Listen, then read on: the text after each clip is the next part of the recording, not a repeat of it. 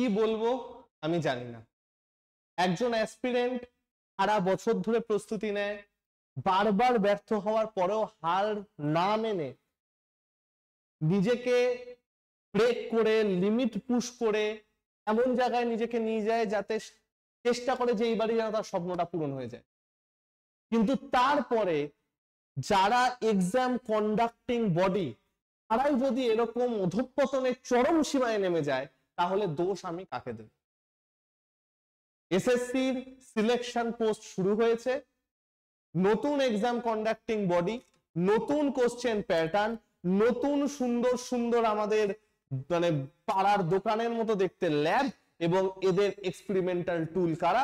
Experimental টুল হচ্ছেন তোমরা বা আমরা প্রত্যেকে, যারা দিন রাত চেষ্টা করি নিজের স্বপ্নকে সার্থক করার। এবার এই জিনিসটা নিয়েই একটা বিশেষ কথা বলতে তোমাদের সাথে এসেছি আজকে। তোমাদের প্রত্যেকের সাপোর্ট আমার চাই, নট অনলি যারা এসএসসির অ্যাসপিরেন্ট, যারা রেলের অ্যাসপিরেন্ট আছো, ব্যাংকিং অ্যাসপিরেন্ট আছো, প্রত্যেকের সাথে এই ঘটনা ঘটতে পারে, তো সাপোর্ট প্রত্যেকের চাই। আজকের ভিডিওটা প্রত্যেকে দেখো, এবং দেখো সামনে যাদের এসএসসি পরীক্ষা আছে, সেটা সিজিএল হোক, এমটিএস হোক, সিএইচএসএল হোক, সিলেকশন পোস্ট হোক, এসএসসি স্টেনো হোক, আরআরবি হোক, যা খুশি হোক না কেন, তাদের যাতে এরকম না হয়, আর হলে তোমরা কি করবে সেটার জন্য।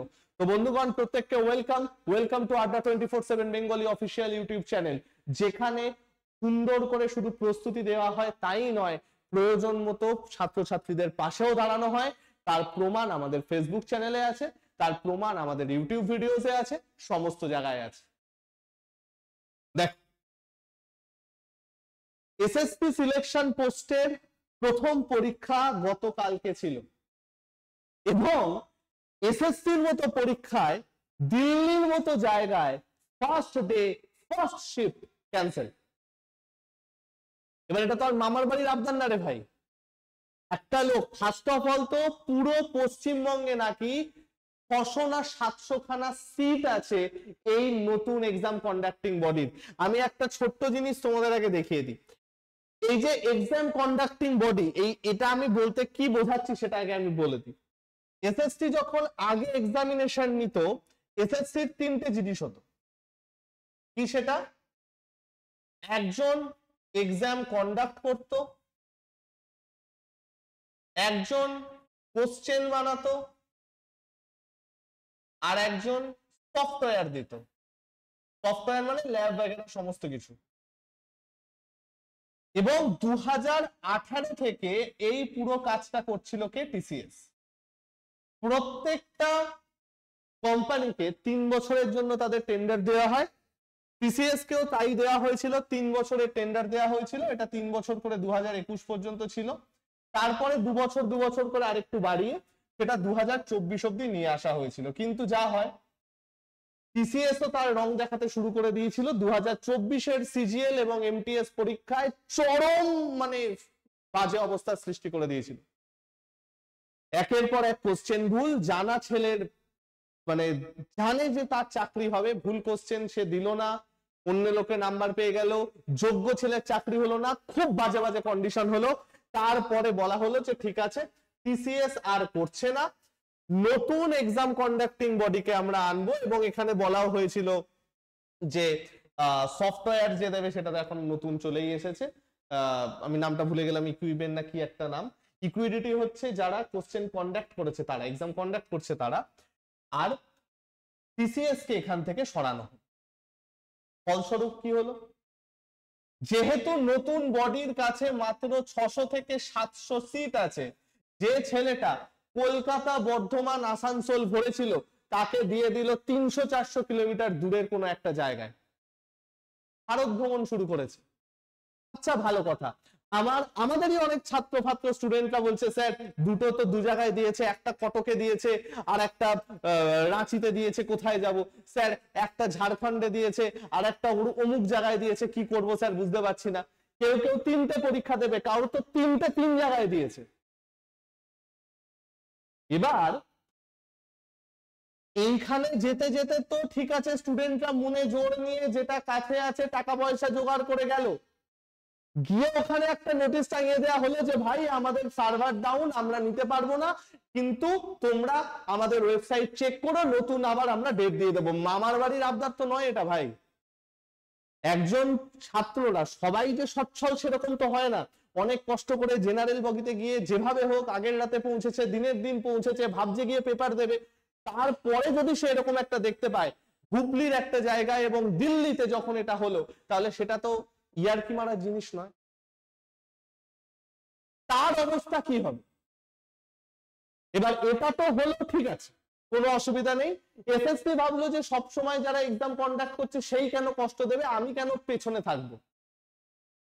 রিসেন্ট টাইমে যে অ্যাডমিট কার্ড গুলো বেরোচ্ছে সেই অ্যাডমিট কার্ডে কোনো ডিটেলস নেই, কোথায় এক্সাম সিট পড়েছে, কোথায় কি আছে না আছে, কিচ্ছু ডিটেলস নেই।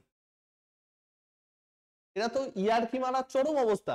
চাকরি দেবে না, ডাইরেক্ট লিখে দিলে হয় যে এইবারে এসএসসি সিলেকশন পোস্ট আমরা পরীক্ষা নেব না, ভ্যাকেন্সি গুলো সিএইচএসএল এ দিয়ে দিক, সিজিএল এ দিয়ে দিক, একই তো জিনিস না, তারা এক্সপেরিমেন্ট করবে। এবং এই এক্সপেরিমেন্টের জন্য এই যে জিনিসপত্র এগুলো দেখে আমার আর যাই হোক কোন এসএসসি লেভেলের পরীক্ষা যেখানে গ্রুপ সি গ্রুপ বি কেন্দ্রীয় সরকারে যাদের পোস্টিং হয় সেরকম জায়গাকার জিনিস আমার মনে হচ্ছে। পাড়ার দোকান ফোকান বিস্কুট কিনতে যাচ্ছি, লজেন্স কিনতে যাচ্ছি, পান বিড়ি নিতে যাচ্ছি, ঠিক।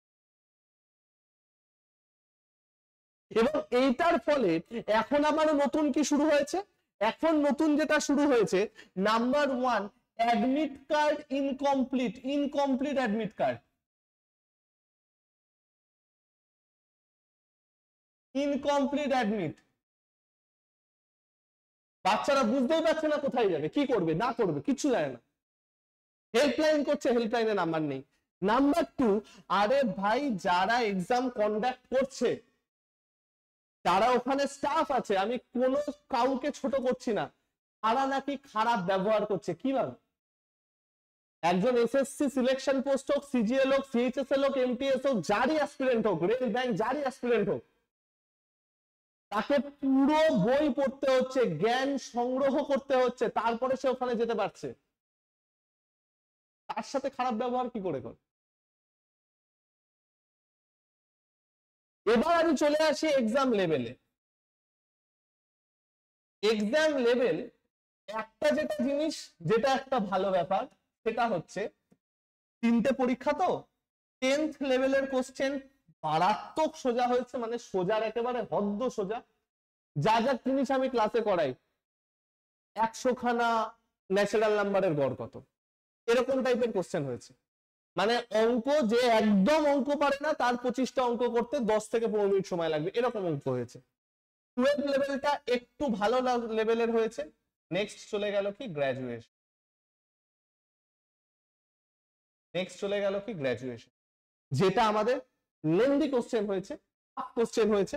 কিরকম কি কোশ্চেন হয়েছে না হয়েছে সেটা আমরা একটু সংগ্রহ করে নিই আমাদের যে ভাই বোনেরা, তোমাদের যে ভাই বোনেরা বন্ধু বান্ধবরা পরীক্ষা দেয় সেখান থেকে, বা আমার বা অপূর্ব স্যারের যে সোর্স গুলো আছে সেখান থেকে যদি আমরা একটু সংগ্রহ করে নিই, সব গ্রুপ গুলোতে শেয়ার করে তোমরাও আমাদের দিতে পারো কোনো কোশ্চেন যদি কারো মনে থাকে, বা কোনো পার্টিকুলার চ্যাপ্টার যদি তোমাদের মনে থাকে তাহলে। তো এই হচ্ছে আমাদের এক্সামের লেভেল। প্রবলেমটা কি হচ্ছে দেখো, 10th লেভেলের যে পরীক্ষাটা হয়েছিল আমাদের ম্যাক্সিমাম ছাত্র 150, 160, 170, একজনের থেকে আমি 179 অ্যান্সার করে আসতে শুনেছি, আমাদের সমস্ত ব্যাচ সমস্ত কিছু মিলিয়ে। এবার প্রবলেমটা কি জানো তো, এসএসসির যে আগের নরমালাইজেশন ফর্মুলা ছিল, যে নরমালাইজেশন ফর্মুলাটা পার্সেন্টেজের উপর ভিত্তি করেছিল, নতুন নরমালাইজেশন ফর্মুলা পার্সেন্টাইলের উপর ভিত্তি করে, সেখানে ধরো 180 থেকে আমাদের মোটামুটি ধরো কোশ্চেন এসেছে। দুটো পরীক্ষা হয়েছে, একটা শিফটে 180 হয়েছে, একটা শিফটে ধরো 150 হয়েছে, ঠিক আছে। নরমালাইজেশনে হার্ড শিফটের নাম্বার আমাদের বেশি বাড়তো, আর ইজি শিফটের নাম্বার আমাদের তুলনায় একটু কমতো একটু কম। কিন্তু নতুন যে নরমালাইজেশন পরীক্ষা বা প্রক্রিয়া, সেইখানে এইসবের কোনো গল্প নেই, এটা ডাইরেক্ট এদের গড়ের কাছাকাছি 165-65 কাছাকাছি চলে আসবে। নতুন নরমালাইজেশনে সোজা শিফট পড়লে তাদের চাপ আছে, র‍্যাপিড নাম্বার কমে যাবে, তাদের র‍্যাপিড নাম্বার কমে যাবে। তো যদি তোমাদের মেনটেন করতে হয় প্রচুর গল্প ছিল, এআই দিয়ে কোশ্চেন হবে, এই হবে সেই হবে, এইটা তো আর নমুনা হতে পারে না। এআই যদি আমাকে 160 তুলে দেয়, সেটা তো আমার এআই এর কোনো নমুনা হতে পারে না। এই সমস্ত জিনিসের জন্য যখন ডেপুটেশন ফাইল করা হলো, তখন এসএসসির তরফ থেকে আমাদের কি বলা হলো, যে সবে সবে নতুন লোক এসেছে বা নতুন এজেন্সি এসেছে, সুতরাং এটাকে এখন চেঞ্জ করা যাবে না। ঠিক আছে, তাহলে আমরা কি বসে থাকবো? এই যে হাজার হাজার অ্যাসপিরেন্ট যারা আছে, এইবারে সিজিএলএফ টোটাল ফর্ম ফিল আপ করেছে 27,92,000 ছেলে মেয়ে, তারা তাহলে কি করবে? সিজিএলএ তো তাহলে সেম হবে, সিজিএল এর মতো পরীক্ষা সেম হবে, এমটিএস এ সেম হবে, সিএইচএসএল সেম হবে। সেই জন্যই ভাই এইবার তোমাদের সাথে আমাদের মানে আমাদের তোমাদের থেকে সাহায্য চাই। আমরাও কোনো টুইটার ক্যাম্পেইনের মতো কিছু একটা করার চেষ্টা করছি, যেটা এখন তোমরা একটু খোঁজ নিলেই জানতে পারবে। সেন্ট্রালের যে স্যার ম্যাডামরা আছেন তারা শুরু করেছেন, তো আমরাও সেখানে জয়েন হচ্ছি। তোমাদের প্রত্যেকের থেকে আমার আজকে সাহায্য চাই, আমাদের সকলের সাহায্য চাই, কারণ এই একটা বিশেষ দিন, সেই দিনটা তোমায় নিশ্চিত করে বা সেই দিনটার উপর নির্ভর করে ভবিষ্যতে তুমি তোমার পরিবারের পাশে কতটা সচ্ছলভাবে দাঁড়াতে পারছো, তুমি তোমার প্রিয়জনের দরকারে কতটা কাজে লাগতে পারছো, তুমি তোমার জীবনকে কতটা সুন্দর করে করতে পারছো। সেই দিনটাতেই যদি নষ্ট হয়ে যায়, যেখানে স্টুডেন্টদের কোনো রকম ক্ষতি মানে দোষ নেই, সেটা মেনে নেওয়া যায়। তো এইবার তোমাদের প্রত্যেকের থেকে আমাদের সাহায্য চাই। বাকি ডিটেলস অপূর্ব স্যার ভিডিও করেছেন, তোমরা এই চ্যানেলেই পেয়ে যাবে, সেখান থেকে তোমরা দেখে নিও। আর যাদের যাদের এখনো অ্যাডমিট কার্ড আসেনি, অবশ্যই তারা এসএসসির হেল্পলাইনে ফোন করে জানাবে। আমাদের কমেন্ট সেকশনে লিখতে পারো তোমাদের রেজিস্ট্রেশন নাম্বার দিয়ে, বা আমাদের টেলিগ্রামে জয়েন হয়ে যেতে পারো, সেখান থেকে দেখতে নিতে পারো।